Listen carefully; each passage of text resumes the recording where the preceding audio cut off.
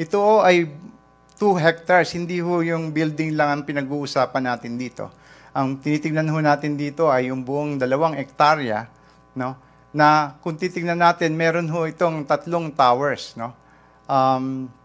At ginawa rin ho ito para maging efficient yung sistema at madalian ang bawat Pasigueño sa pag-transact sa Pasig City, no? At makikita nyo rin dyan sa image, we created an axis, no?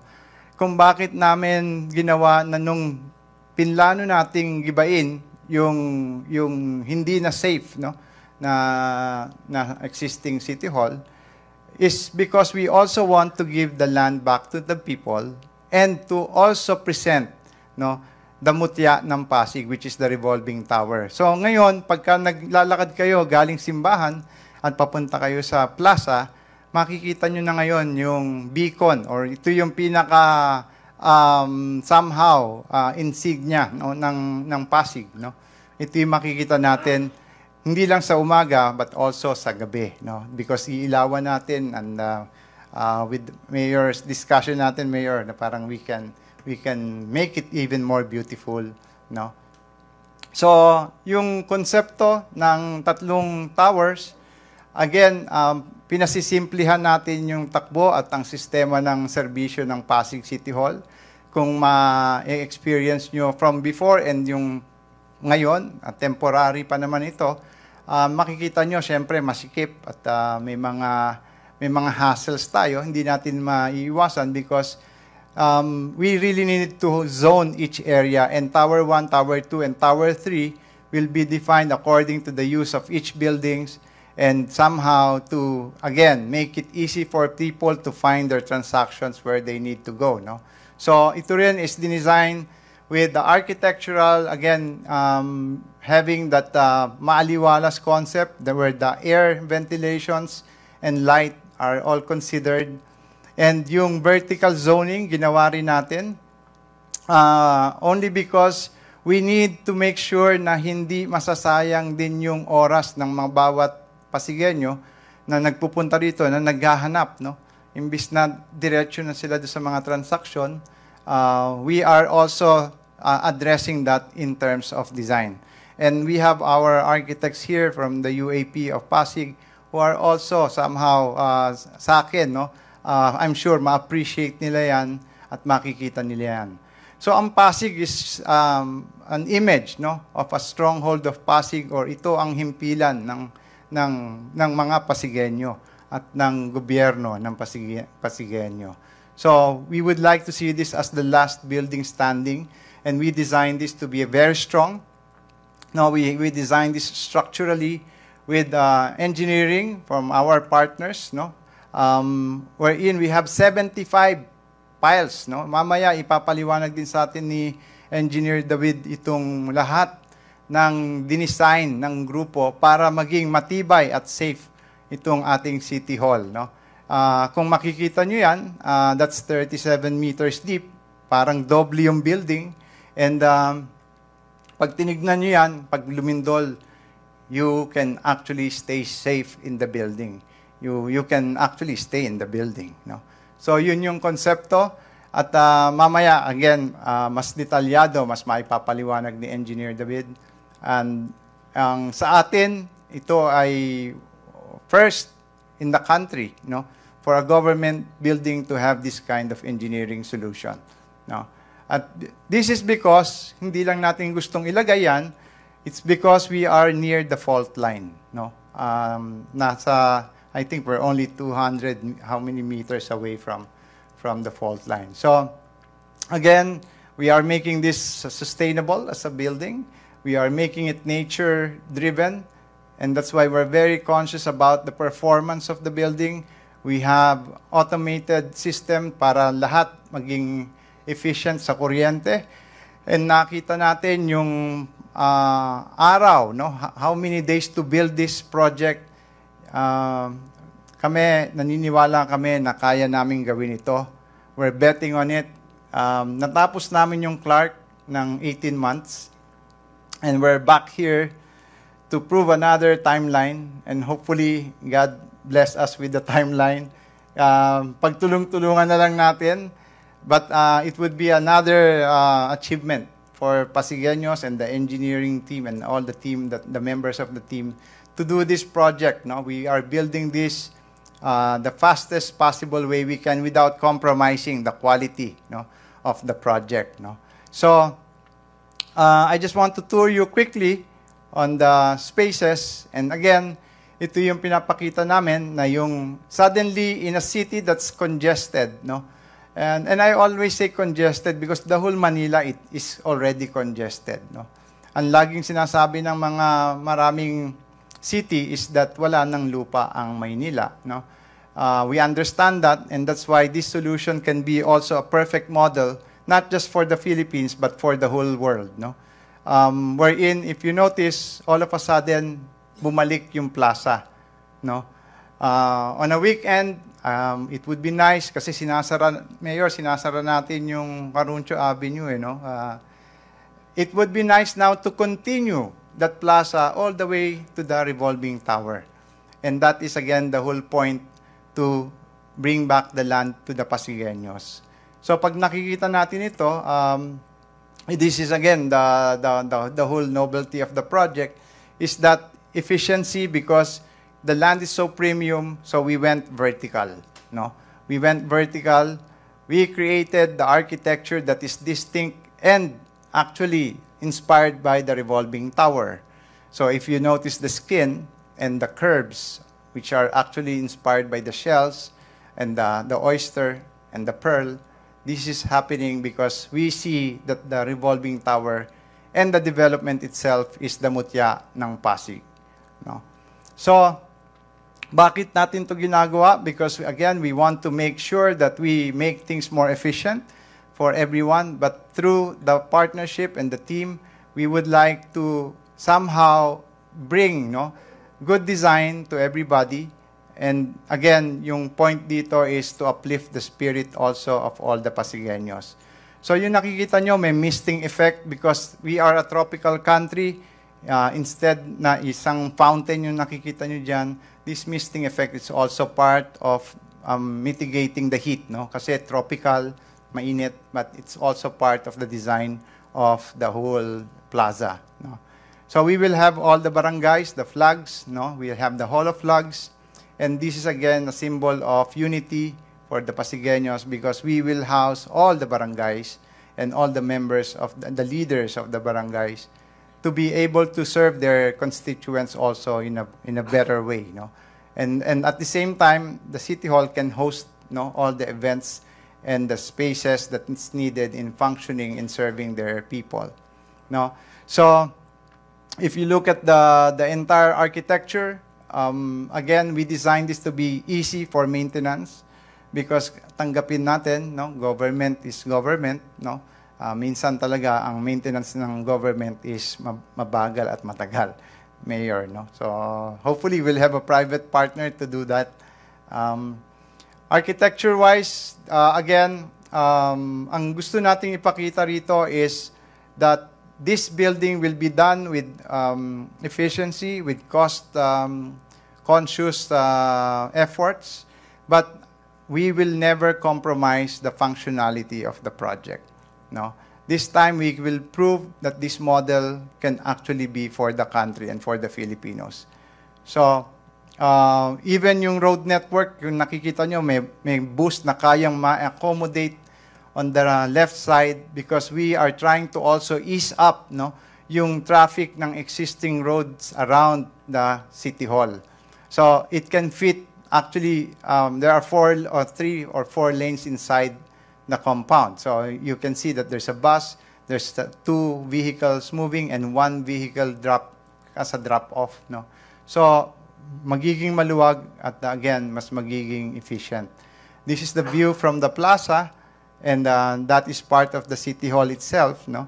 And ang gusto naming mapakita rin dito is that for flag ceremonies, we have big spaces for events, no? It's a very flexible space, no? I'll go now to the interiors. So now here you can see that the view of the revolving tower is very prominent, no? ma-appreciate na natin siya ngayon. And for the interiors, we would like everybody to see na being practical and being simple can still be, premium or sophisticated in a way na maayos at nagpe-perform ang space, no?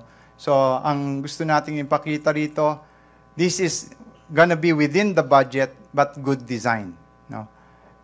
Hindi kailangang ikompromiso yung ano yung maganda at ano yung maayos just because it's a government project, no?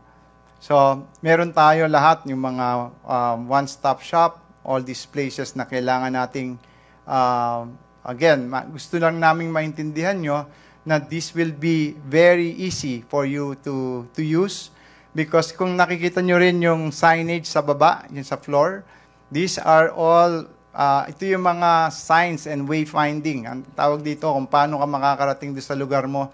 Lahat yan i-design ng grupo para maging madali para sa bawat miyembro ng Pasig na makahanap ng mga saan ba yung transaksyon nila, no? And for the people who will be working in Pasig, the City Hall, we want to give you a very, very good space that will make you work better, no? Para naman mag-enjoy kayong pumasok at mag-report sa opisina. So, ito rin yung City Health Department, no? So, lahat yan will be international standards. We will be following the health standards required by the government also. And siyempre, yung session hall natin, gusto naman natin maging maganda para rin mag-enjoy yung mga users natin. At the same time, our auditorium. So, all of these things are part of the, small part of the whole project because there's a lot of things embedded in this architecture. There's a lot of things that's actually embedded in the function of this project, and we're all excited to do it and make it happen so that we don't have to talk, but we just want you to enjoy the place and the architecture itself.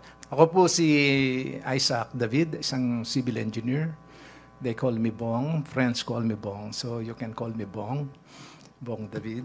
So, pinresenta po ni Architect Royal kanina yung architecture ng proyekto. At ang function po ng arkitekto ay kung paano maging functional, at, as he has mentioned, at maganda, no? At inspiring magtrabaho.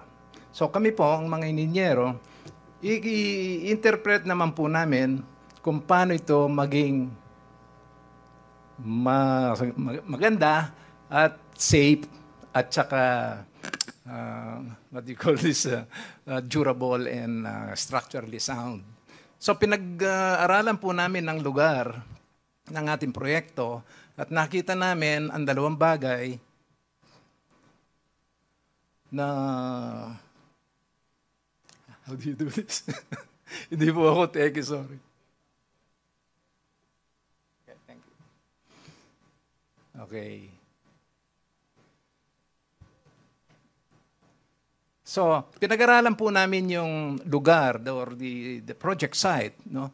At base doon sa aming research na due diligence, because that's part of the requirement of the Bids and Awards Committee, that for the bidder to conduct its own due diligence. So, pag-aaralan po namin yon at ang nakita namin na ang ating proyekto is about 1.5 kilometers away from the West Valley Fault Line. No?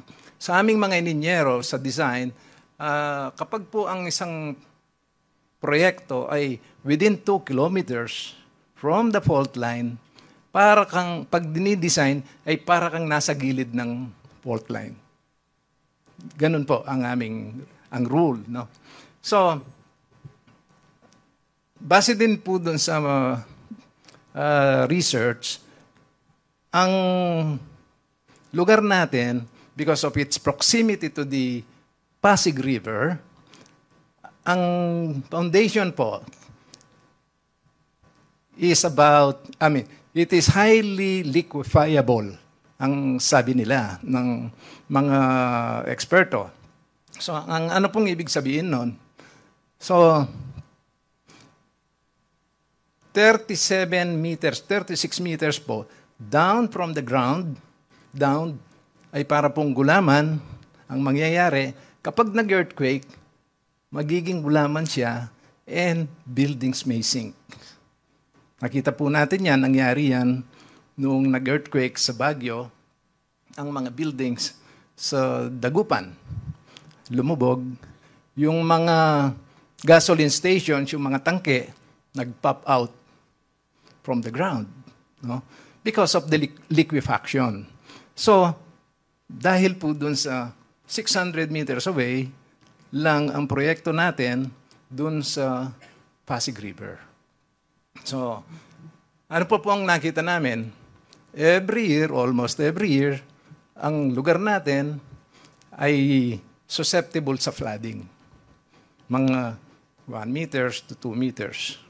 So, ang nangyayari po, nakasubmerge ang ating lugar pag malakas ang ulan. So, paano po namin yan i-mitigate? So, ang ginawa po namin ay kailangan yung para hindi mag-sink ang building kasi po yung sinasabi ng mga scientifico hindi lang alam kung kailan mangyayari yung the big one. That would generate around 7.3 magnitude. Very destructive po yan, ang earthquake na 7.3. Hindi pa natin na-experience yan. Ewan ko kung yung sa Baguio, mga 7 point something, but this is 7.3. It is mas malakas po siya kaysa sa 7. Hindi lang 0.3. It's exponential po kasi ang ng earthquake, no. So, ang ginawa po namin at hindi pa ito nagagawa ng iba ay ipa-found po natin kung ito yung building natin ang pinakamatigas na based on our due diligence, nag-conduct po kami ng soil boring, no. So, we had to bore the ground. Nag-research muna kami. Ang sabi, based on the research, ang mga piles around the area are only in the vicinity of about 10 to 15 meters. Pero since sabi ng mga scientifico, highly liquefiable at saka because of its proximity to the earthquake zone, nag-conduct po kami ng sarili naming information to determine whether the soft foundation ay gaano kakapal. Nakita po namin, it's not only 15 meters, it is more than double that. 36, 35 meters. Ibig sabihin, kapag nag-earthquake po, posible yung building, dahil liquefiable yung foundation natin, baka hululubog. Bababa by itself during the earthquake. So, anong gagawin? We have to put piles 37 meters down to ground. At lahat po ng columns, yung poste, ay lalagyan namin ng base isolation, no? Seismic base isolation. Ano pong silbi nun? Yung buong building, it has about 75 columns. Lahat ng poste nun, meron pong nakatouch na base isolation mechanism, parang spring yan, goma. Pag yan ay nag-earthquake, itong building natin, it will remain the same, it will remain steady, yung ilalim ang gumagalaw. No? So, sabi nga po ng iba, pwede kang mag-operasyon kahit nag-earthquake dahil hindi tayo gumagalaw. No? Ang ibaba po, parang sa kotse, yung mga shocks natin naglalaro, yung kotse mo ay steady ka lang. Yan po ang ating ilalagay. So, I don't know of any building dito sa Metro Manila na nagkaroon ng ganun. Bakit po namin ginawa yan? Because it's required under the rules and under government executive orders. Nagkataon po siguro, tayo lang ang naka-encounter ng ganitong klaseng proyekto, kaya natin ito ginagamit. No?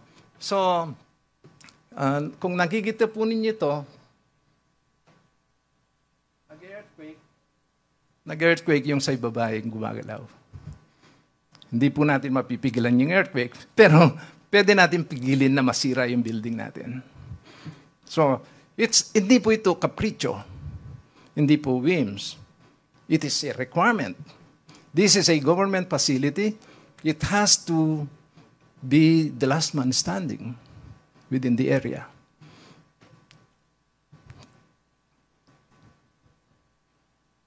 So, ano po how did we mitigate the flooding? We had to elevate the ground floor. Para yung flooding po on a yearly basis ay hindi natin yan may experience.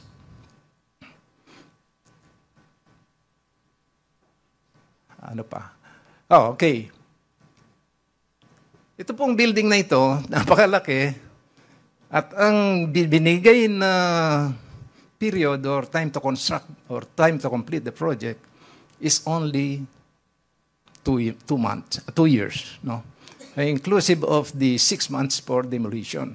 Ibig sabihin po, ang construction period namin will only be 18 months. Ayun po yung sinasabi nga, pinag-uusapan namin sa grupo namin. Hindi yata maganda yung we show the performance that we can complete a city in 18 months. Hindi po kami natutulog, kaya po yung aking mga ibags. Ganito po, no? At lahat po ng mga kliyente namin, gusto matapos ng 18 months. That's the problem, no? So, but can it be done? We have done it before. So, ano po ang sikreto namin? Wala po kaming sikreto, kung hindi, we just work round the clock. So, we are able to double the construction period. 720 days is 2 years, but we have 720 nights. So we do it day and night. Kaya lang po, posible namin magawa ito. Kasi hindi lang po 720. We cannot do it by 720 alone. But if we include the night, we would be able to do it. So we'll try our best to do that. We assure you, Mayor, that we would be able to deliver this. Hopefully you can spend Christmas, your Christmas party on year 2027 or...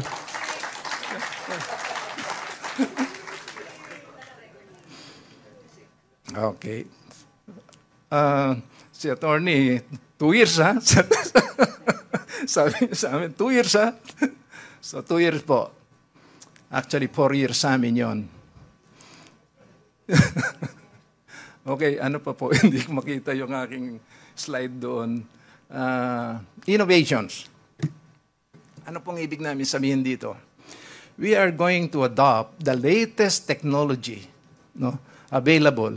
Uso na po yung AI, Artificial Intelligence. Ano po yung sinasabi namin dito? For example po, itong mga lighting na ito, kung walang gumagamit, it will shut off by itself.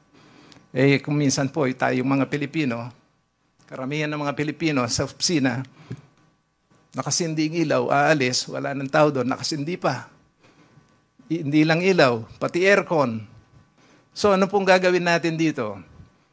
Meron pong sensors, wala pong magic ito, artificial intelligence lang, alam ng sensors kung may tao o wala. Pag walang tao, walang gumagalaw, or heat, it will shut off. Kaya po yung mga empleyado, kailangan gumagalaw. Kung hindi, magba-brown out kayo at mawawala kayo ng aircon. So, kailangan po gumalaw kayo. So, that's the technology that we want to do, no? Ngayon po, pinag-aaralan din namin itong lugar natin. It's surrounded by commercial and a lot of roads. Maiksi po yung ating lugar, no?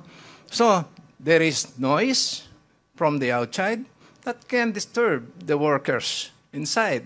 Ano pong gagawin namin? Yun po ang gagawin namin, yung mga salamin, double pane. Double pane, ang ibig sabihin, dalawa pong glass, may vacuum sa gitna, hindi po nakaka-penetrate ang sound. At saka ang sunlight, hindi po mainit. Hindi siya nag-generate ng heat. So, we would be able to save on power for lighting and air conditioning. So, ano pa po ang gagawin namin? Para po ito mabilis naming magawa, hindi po kami gagamit ng reinforced concrete structure. We are going to use a structural steel. Matibay, pero mabilis. Prefabricated na po ito. Habang gumagawa pa yung iba, nagbo-boring, pinafabricate na po outside. Yung mga structural steel. Ang meron po kaming tawag sa because of the lack of space. Wala kaming staging area dahil 2 kilometers, 2 hectares lang. Sinakop po lahat ng building footprint. Just in time lang po. We fabricate them, we deliver them when it is time to use them. Because we don't have enough staging area for materials. Sana po meron sa inyo, kung may magpaparenta ng lugar, nangangailangan po kami ng space. So, ano pa po? Mayor, there is a ordinance that around 80% of the workers should, as much as possible, to the extent possible, should come from Pasig. Ayun po gusto ni Mayor, magkaroon lahat ng trabaho ang mga taong walang trabaho. So, nag-survey po kami, baka hindi kami makakuha ng aming mga requirement. So, ang gagawin po namin, we are going to put up a training school to train and to retrain. Yung pong marunong ng karpintero, hindi naman marunong mag-welding, i-welding natin, i-retool po natin. Yun po yung aming gustong gawin just to comply, Mayor, with your ordinance. Medyo sana merong tayong makukuha ng 80% of the... Doon po sa Clark, kaya namin nagawa ang isang syudad, in 18 months, we employed 8,000 workers, day and night. So, saan po namin kukunin yung mga kunyari, So, but anyway, because of the technology that we're going to employ, we are confident that we would be able to finish it within the time, if not ahead of schedule.